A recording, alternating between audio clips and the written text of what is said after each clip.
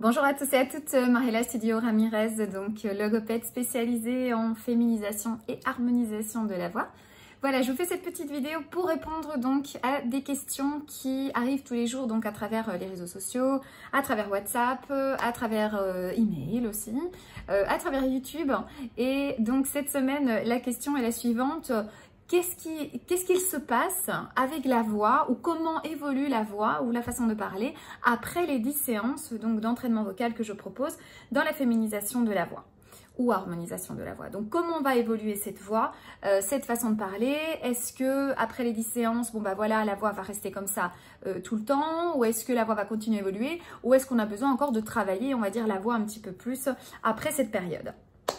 Bien, alors la première chose qu'il faut évoquer, c'est le fait de qu'effectivement, toutes les voix continuent à évoluer pendant toute la vie. Donc par exemple, même moi, je ne parle pas pareil que quand j'avais 28 ans ou dans 10 ans quand j'aurai 48 ans, parce que j'en ai 38, je ne parlerai pas pareil. Donc effectivement, la voix s'adapte non seulement à l'âge, mais s'adapte aussi à ce que l'on vit au quotidien, par exemple au style de profession qu'on a, la personne avec qui on partage notre vie, enfin toutes les expériences qu'on fait dans notre quotidien vont impacter, on va dire, cette façon de parler, cette finalement personnalité vocale qu'on a, et va faire forcément qu'on va s'adapter, s'ajuster et évoluer au niveau vocal.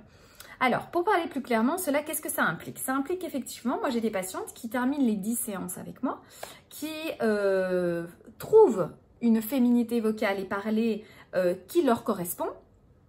Et donc voilà, moi je les laisse s'envoler comme des petits oiseaux, mais je continue donc en contact avec elles bien sûr, et je reçois de temps en temps des petits messages et des feedbacks où elles me disent elles-mêmes, bah écoute, finalement tu m'as donné les clés pour pouvoir trouver donc cette féminité que j'avais en moi, et j'ai continué à la faire évoluer. C'est-à-dire que même quand je vois des patientes ou je parle avec des patientes des années après avoir travaillé avec elles, finalement je me retrouve avec des femmes qui ont une façon de parler qui a vraiment évolué depuis un an.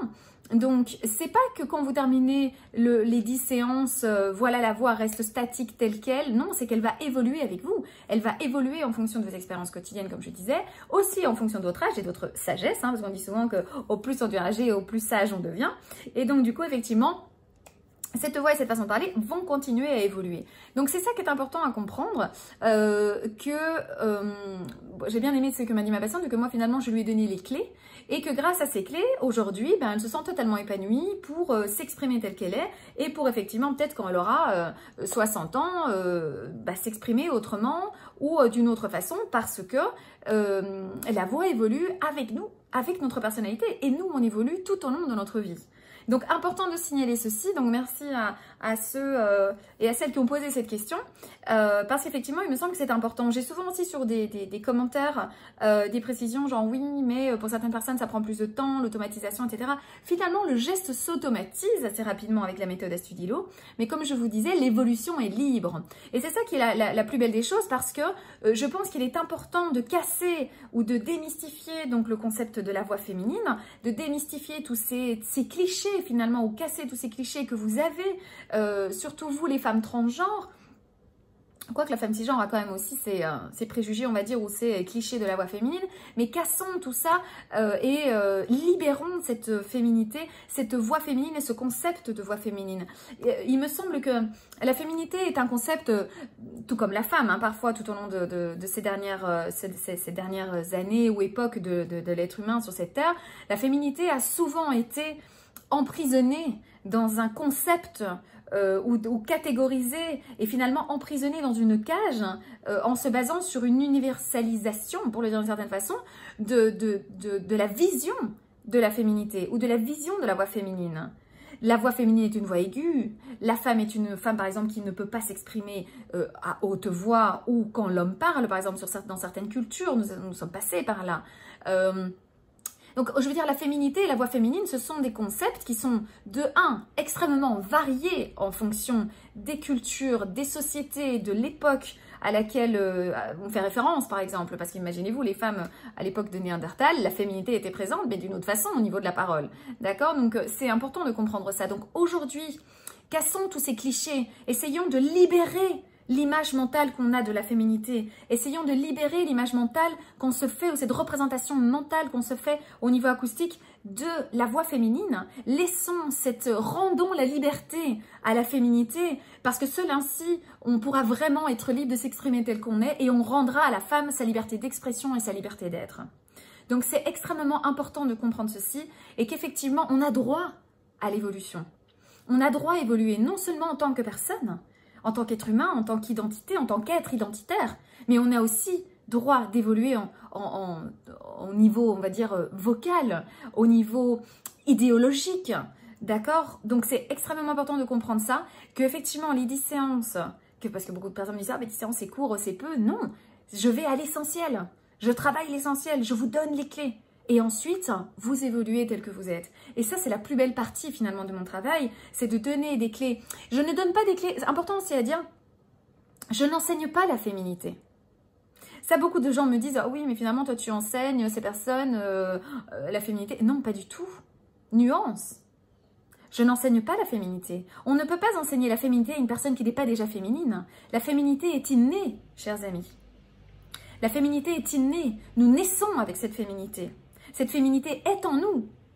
De la même façon que cette féminité est en beaucoup de femmes cisgenres, en beaucoup de femmes, enfin, beaucoup, dans les femmes cisgenres, dans les femmes transgenres, mais aussi chez les hommes. Je connais énormément d'hommes qui ont une part de féminité.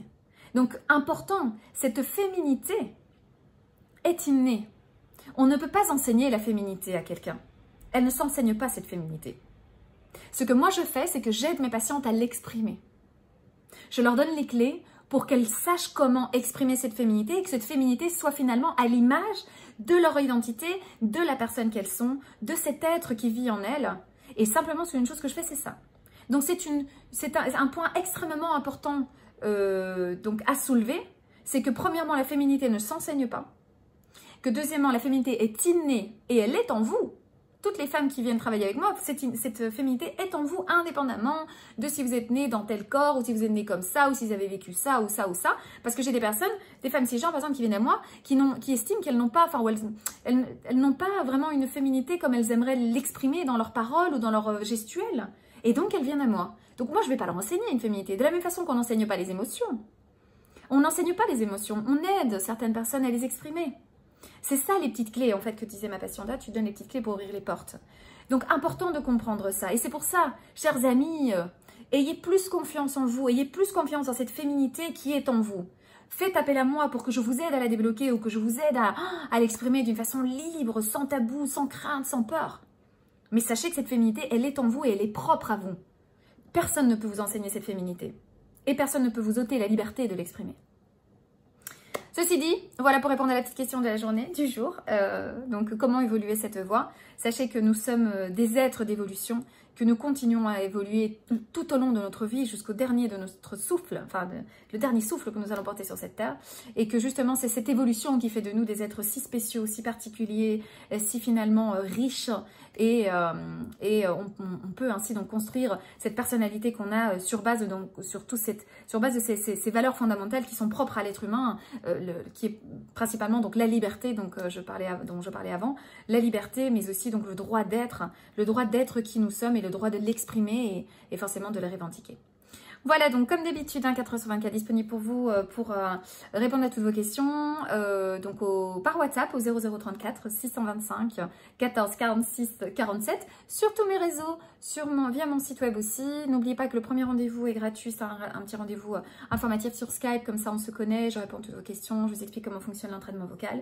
Et bien sûr, donc toujours disponible pour toute demande à l'aide ou répondre à toutes les questions que vous vous posez. Comme vous voyez, donc chaque semaine, j'essaie de répondre à ces questions qui m'arrivent via les réseaux et via le site web et via WhatsApp. Donc voilà, je vous embrasse très fort, je vous souhaite une très très belle journée et je vous dis à bientôt. Ciao ciao!